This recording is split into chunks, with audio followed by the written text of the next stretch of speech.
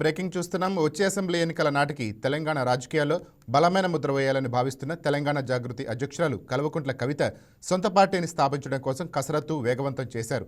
రాజకీయ పార్టీ ఏర్పాటు దిశగా వ్యూహాత్మకంగా అడుగులు వేస్తున్నారు. అందులో భాగంగా ఎన్నికల వ్యూహకర్త జన్సురాజ్ పార్టీ వ్యవస్థాపకుడు ప్రశాంత్ కిషోర్తో కవిత వరుసగా సమావేశాలు నిర్వహిస్తున్నారు.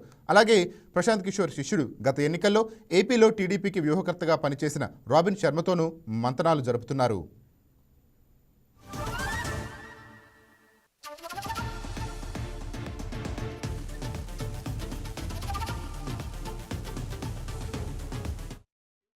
అయితే కవితను దాదాపు 60 రోజుల వ్యవధిలో 2 సార్లు ప్రశాంత్ కిషోర్ హైదరాబాద్ వచ్చి భేటీ అయినట్లు సమాచారం.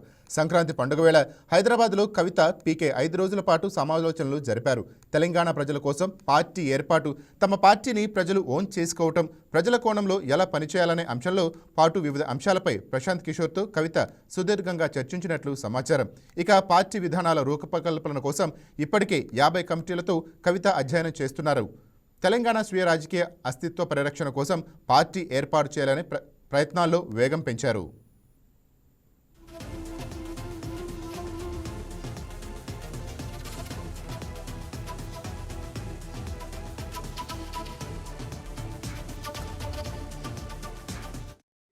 తెలంగాణ శాసనమండలి సభ్యురాలుగా ఉన్న కవిత రాజకీయ పరిణామాల నేపథ్యంలో బీఆర్ఎస్ పార్టీ ప్రాథమిక సభ్యత్వంతో పాటు ఎమ్మెల్సీ పదవిపై కవిత రాజీనామా చేశారు. తెలంగాణ జాగృతి అధ్యక్షురాలిగా కవిత ప్రజల్లోకి వెళ్లారు. జనం బాట పేరుతో రాష్ట్ర వ్యాప్తంగా పర్యటిస్తూ ప్రజల్లోకి వెళ్లి వారి సమస్యలపై ప్రభుత్వాన్ని ఆమె నిలదీస్తున్నారు. సొంత పార్టీ స్థాపించడం ద్వారా 2028లో జరిగే తెలంగాణ అసెంబ్లీ ఎన్నికల్లో ప్రముఖ రాజకీయ పార్టీలకు బలమైన పోటీగా నిలవాలని కవిత భావిస్తున్నారు. అందుకోసం ఆ దిశగా అడుగులు వేస్తున్నారు ఆమె. ఈ నేపథ్యంలో ఇలా ప్రశాంత్ కిషోర్తో వరుస భేటీలు నిర్వహిస్తున్నారు.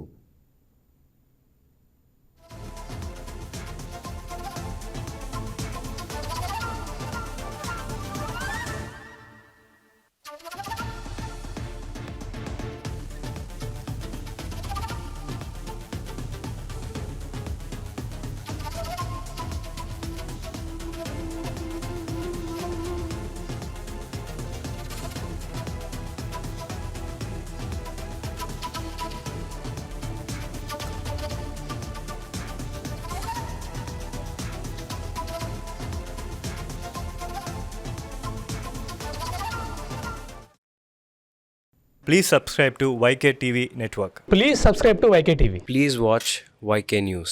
Don't forget to subscribe YK News channel.